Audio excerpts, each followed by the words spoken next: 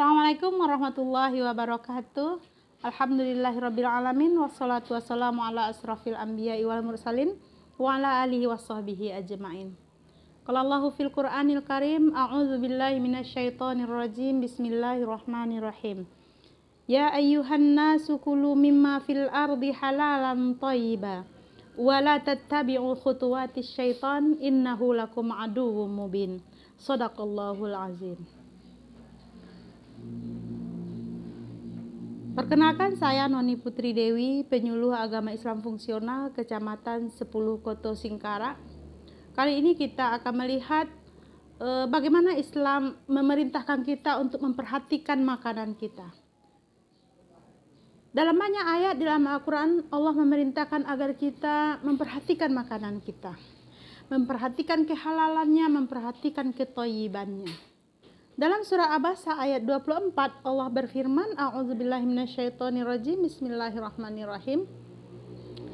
Falyanzuril insanu ila ta'amih. Maka hendaklah manusia itu memperhatikan makanannya. Apa artinya? Allah meminta kita agar berhati-hati dalam hal makanan ini. Dan dalam surah Al-Baqarah ayat 168 yang saya bacakan tadi, ya ayyuhan nasu, wahai sekalian manusia, kulu mimma fil ardi halalan thayyiba. Makalah semua apa yang ada di bumi itu yang halal lagi baik. Wala tattabi'u khutuwatis syaitan, dan janganlah kamu mengikuti langkah-langkah syaitan, innahu lakum aduwwum mubin. Sesungguhnya setan itu adalah musuhmu yang nyata. Al-Baqarah ayat 168. Dalam hal ini kita diminta untuk memperhatikan kehalalan dan kethayyiban. Halalan thayyibah. Halal itu sudah jelas, banyak aturan-aturannya, banyak keterangan-keterangan dalam Al-Quran dan Sunnah. Al-halalu bayyin wal haramu bayyin. Halal itu jelas, haram itu jelas. Sekarang masalah thayyib. Masalah thayyib ini para ulama berbeda pendapat atau terdapat khilafiyah ulama. Ada yang berpendapat bahwa thayyib itu sama maknanya dengan halal itu sendiri. Dan ada yang berpendapat thayyib itu adalah makanan yang tidak berbahaya untuk tubuh kita, untuk fisik kita, untuk akal kita, dan juga untuk jiwa kita.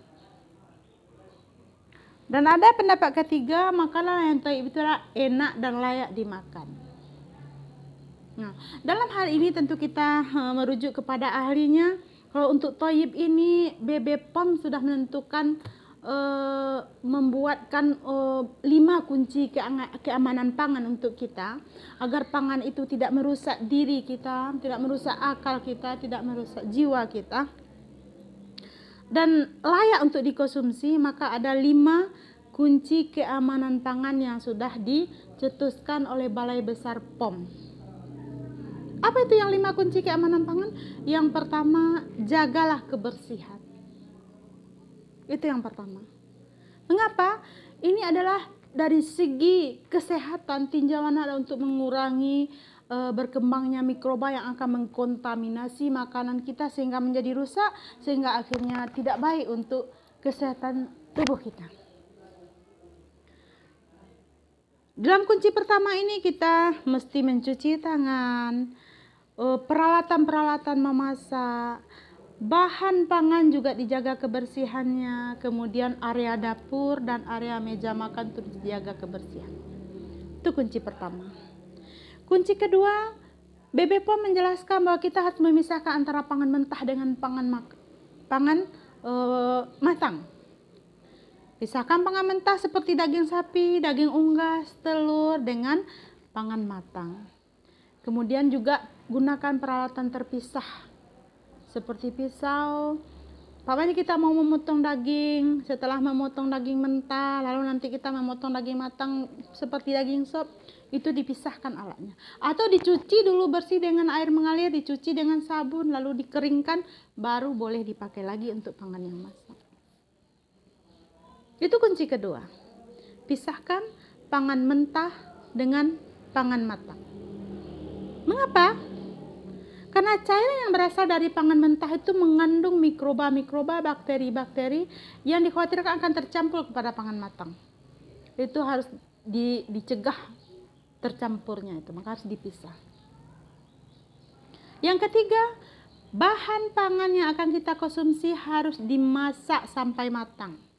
Baik dikukus, baik direbus, digoreng, dibakar, itu harus sampai matang. Terutama daging, telur, ikan, hasil laut, seafood begitu ya, harus sampai matang.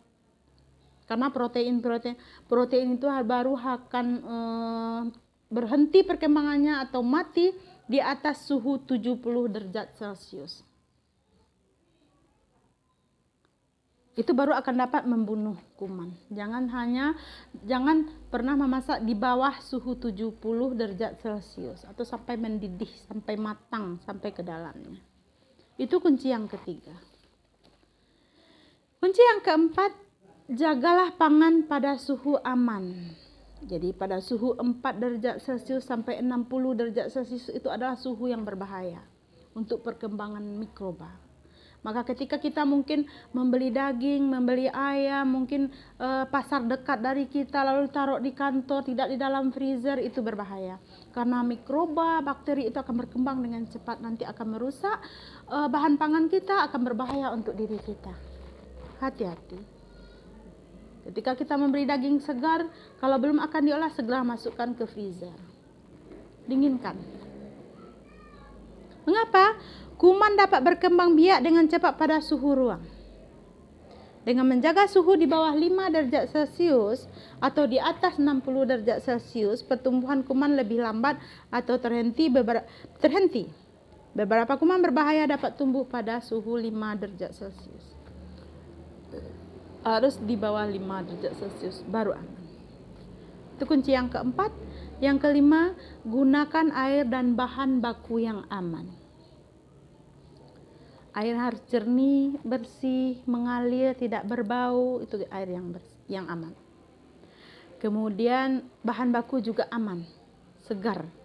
Gunakan air yang aman, pilih bahan baku yang segar dan bermutu, cucilah buah dan sayuran yang dimakan langsung menggunakan air minum.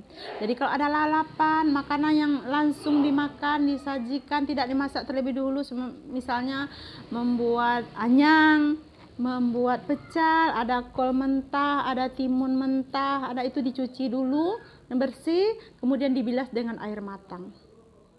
Agar mikrobanya tidak terbawa, tidak termakan oleh kita.